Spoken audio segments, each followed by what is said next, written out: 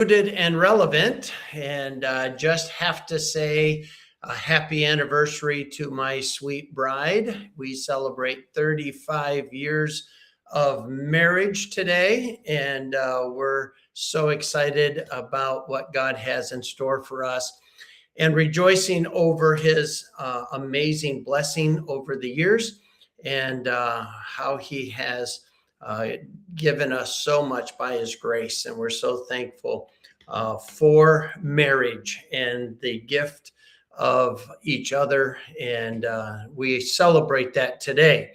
And so I was meeting a missionary friend this morning for breakfast. And so I'm a little late getting everything going today. And my sweet bride and I just got back from our walk. We like to do that every day.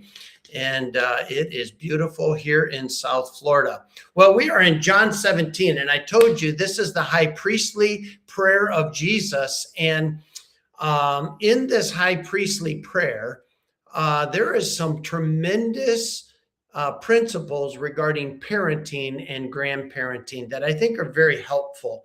And so Jesus is praying to the Father, and he says in verse number 6, I have manifested thy name unto the men which thou gavest me out of the world. Thine they were, and thou gavest them me, and they have kept thy word. Now they have known that all things whatsoever thou hast given me are of thee.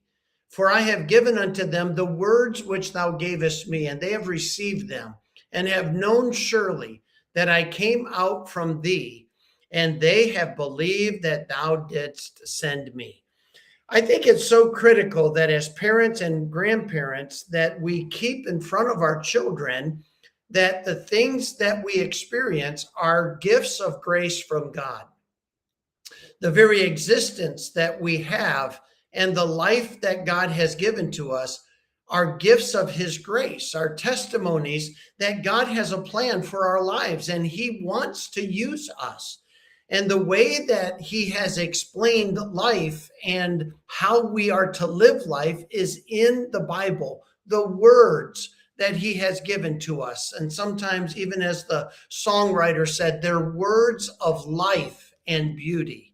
And I think so many times we get careless with pointing our children, our grandchildren back to God. We don't make as much of God as we should.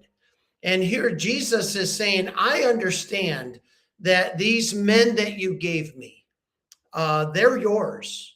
And yet you gave them to me to instruct and to influence and to invest in.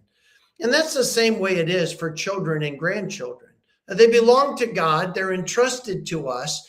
But really what God wants us to do is make much of God, is to not let them ever forget God's grace in their lives and his provision of grace and the extent of his mercy and the abundance of his wisdom and the amazement of his wisdom, his creative power. And then just to remind them that he loves us unconditionally. What the text here reminds us is that we are to give them God's words. Jesus said, I gave them your words and they believed them. Boy, what a testimony that every parent, every grandparent would love to be able to say, I gave them the words of life out of the Bible and they believed them. We don't get to make decisions for our children or grandchildren, but we have the opportunity to make our decisions and keep the words of the Bible in front of them, the words of truth in front of them, to remind them that these are not just any words. These are words from God. They are absolute true.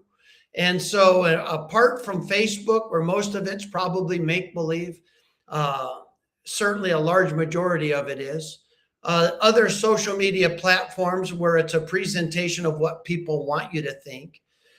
The words in the Bible are absolutely true, and they show us what is true about God and what is true about us and the life that God wants us to live.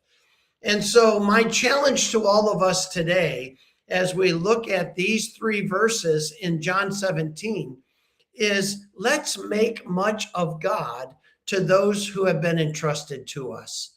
Let's remind them of who God is and what he has done and what he's doing and what he's promised to do, because these are part of who he is. And we have our being, we have our existence. We are who we are because of his grace, because he has a plan for our lives. Let's make much of God. I hope you have a great day. I'll look forward to seeing you again tomorrow morning. God bless.